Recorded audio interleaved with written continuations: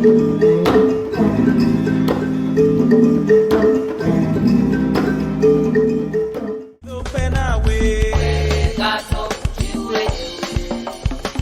names are Kola Cornelius, and a short form, Kola.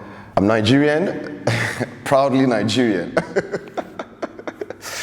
And yeah, at the moment, I'm a PhD music candidate at the College of Music, University of Cape Town. How did I get here? Some couple of years, say like 6-7 years ago, I moved to Cape Town, to the University of Cape Town to study music. And after my undergrad, I kind of took a year gap to actually decide what I was going to do with my music degree. And I had a whole year to actually sit down and you know, unpack what it meant to be a musician and to also have a degree in music. And you know, lots of questions I myself couldn't give answers to. But there were a few ones I was able to actually give something that looked like an answer to, and it was more like, is it about what you've studied or what you can do with what you've studied?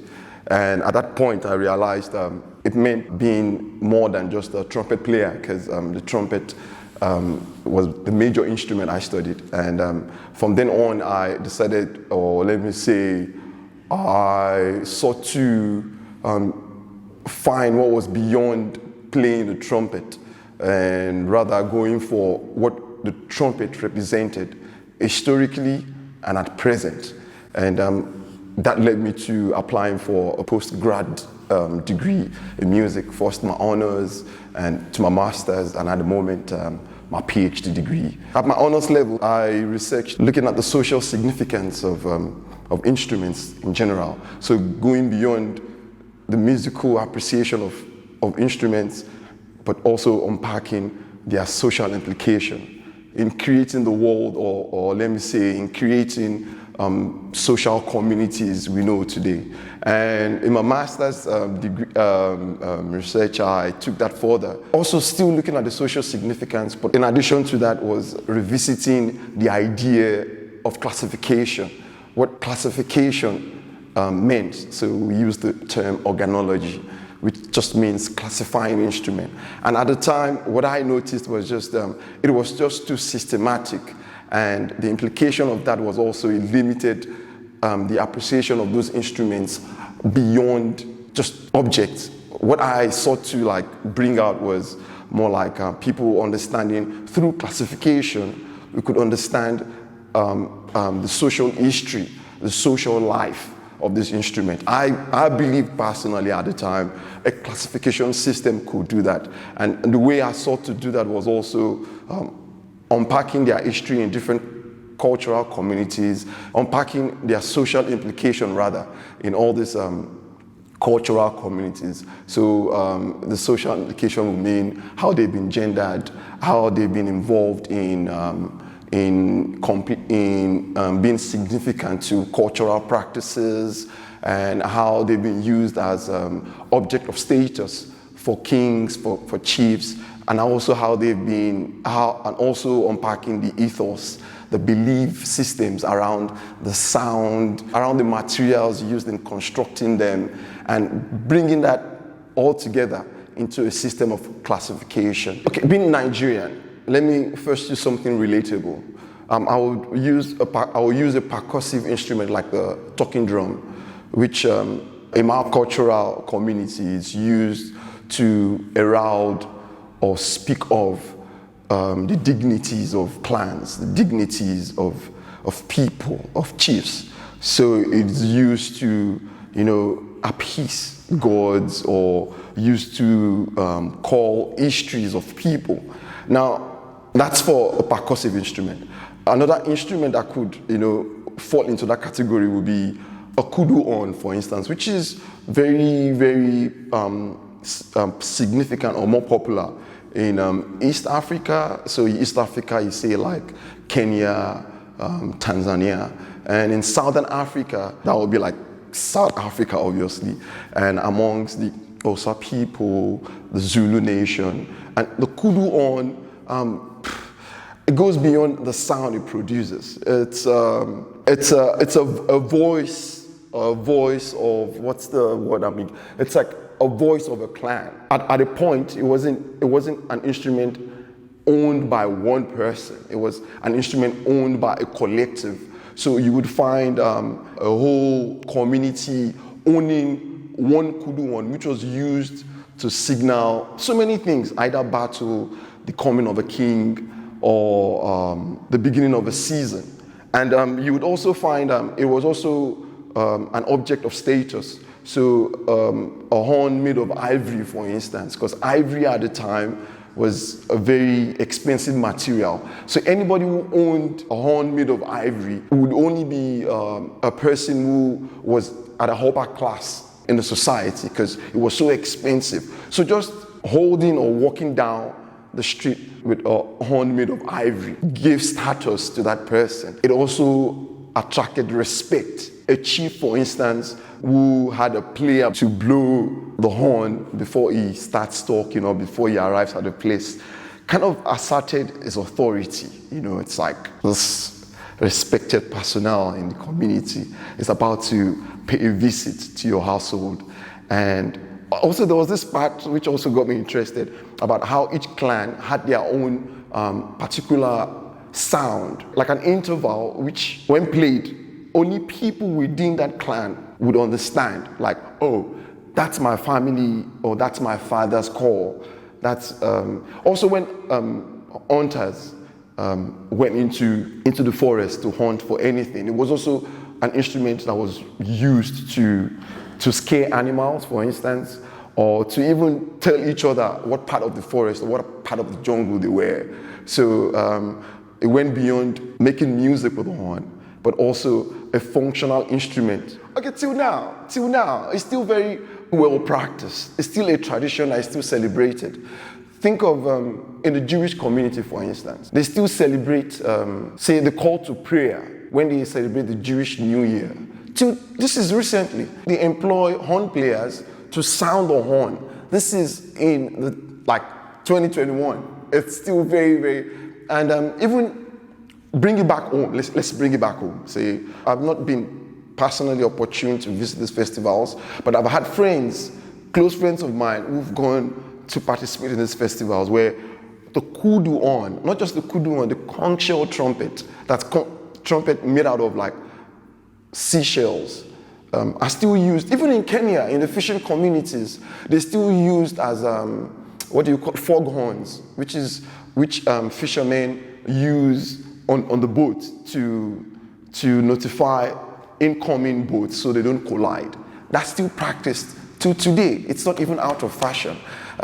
Just here in Cork Bay, just Muizenberg here, you still find fishermen, even despite the fact that they have automated horns attached to their boats, they still bring out horns made of seaweed, for instance, just maybe for I don't want to say for fun, but it's still very much present. It's still very much around. It's not even in music settings, like in performance settings, you still find the kudu horn is still a very significant instrument that still has the capacity to blend in ensembles of trumpets. An example of that would be this artist called Steve Ture. He plays the trombone, and in a session, it still brings out, you see different shapes of conch shells. He uses to start some of his tunes. So this is not just history, say in the past. It's let me say an old tradition that has lingered and is still very much well practiced in this present.